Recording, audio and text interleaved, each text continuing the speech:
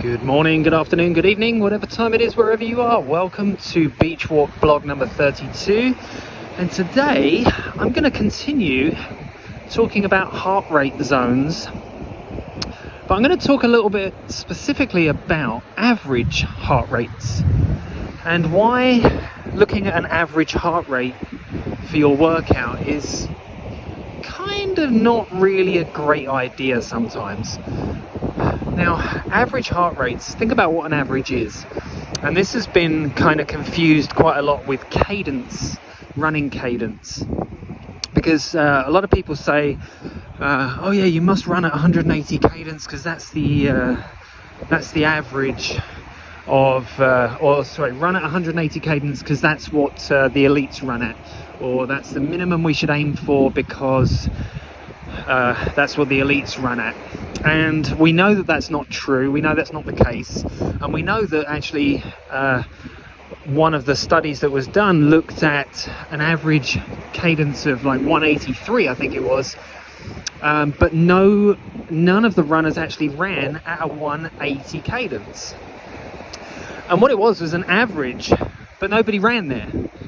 Nobody actually ran at 180 strides per minute for their run. Now, if two runners are running and one runner runs at 190 strides per minute and another runner runs at 170 strides per minute, the average of the two is 180, yet nobody actually ran at 180 strides per minute.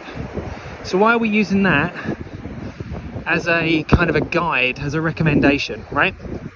Okay, so now that we've established what an average can be a number that nobody actually did anything at, which is completely irrelevant. So let's apply that to heart rate training. So you go out and you run at 180 beats per minute, 185 beats per minute, or 175 beats per minute for your heart rate. And then you walk and your heart rate comes down to say 110. So your average heart rate, assuming that you did the same amount of work at 180 beats per minute and 120 beats per minute, let's say, so your average was 150. So your average heart rate for the workout was 150. Now when you look at your zone chart and you say, oh yeah, 150, look, that's zone 2, that's upper zone 2. So therefore my heart rate for the workout averaged 150, and that was a zone 2 workout. No, it wasn't. It wasn't a zone 2 workout at all. You spent 0 time in zone 2. What you did was you spent a load of time at 180 and a load of time at 120,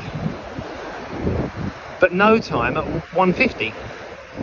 Now, your body responds to the imposed demand. Okay, so the imposed demand that you put on your body is what your body responds to. Okay, now if I'm running at 180 beats per minute, what I'm doing is I'm asking for a specific adaptation to the demand of running at 180 beats per minute.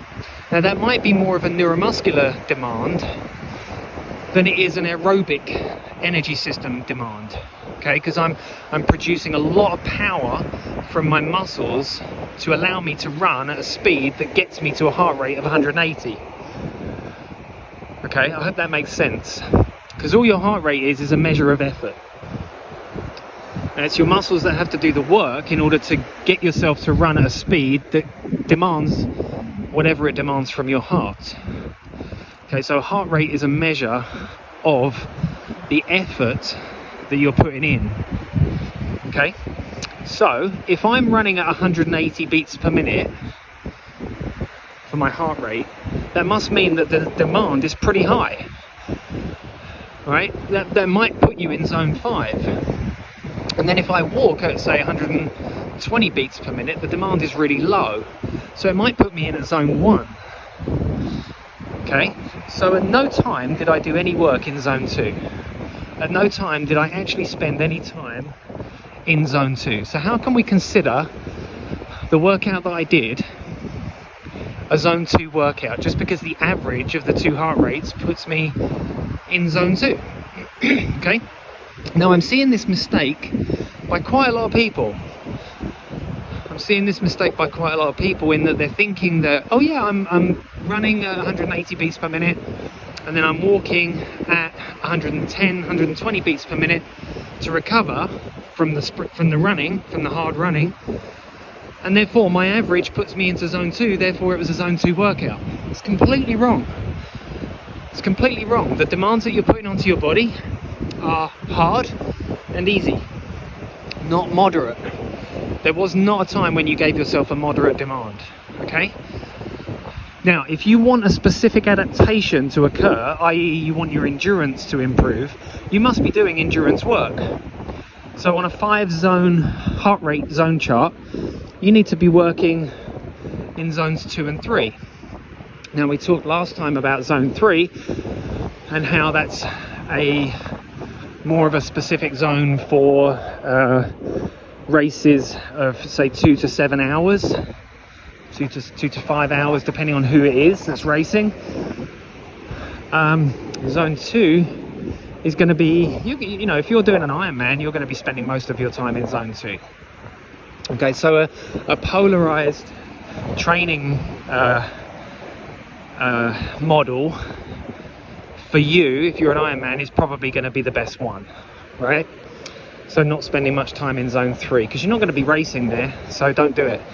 If you're a marathon runner and your marathon falls somewhere between 2 hours and 5 hours, you're going to be spending, you know, you're going to be wanting to train after your build phase. You're going to be wanting to train in zone 3, do some of your training in zone 3.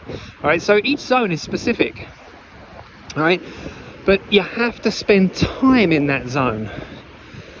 All right, you only get the effect if you're spending time there. That's the point I'm getting at here.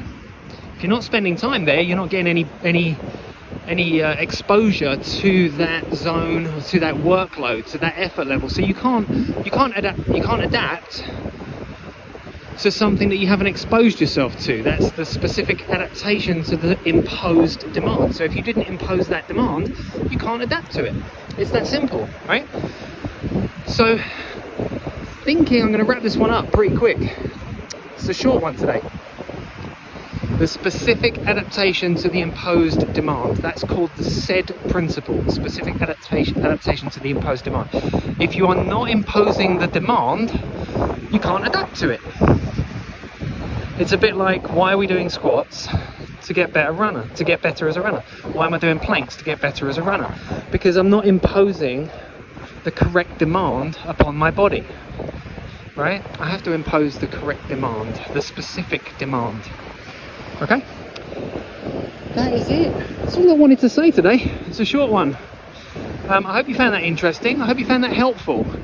It's important to look at these things from a specificity standpoint. Otherwise, you know, you might spend weeks, months, years doing the wrong thing to get the wrong outcome, which is exactly the reason why you need a coach to help you. You need a plan. You need a specific plan of action. That's what the Sling method is. Talk to you soon. Have a good one. Take care. Bye.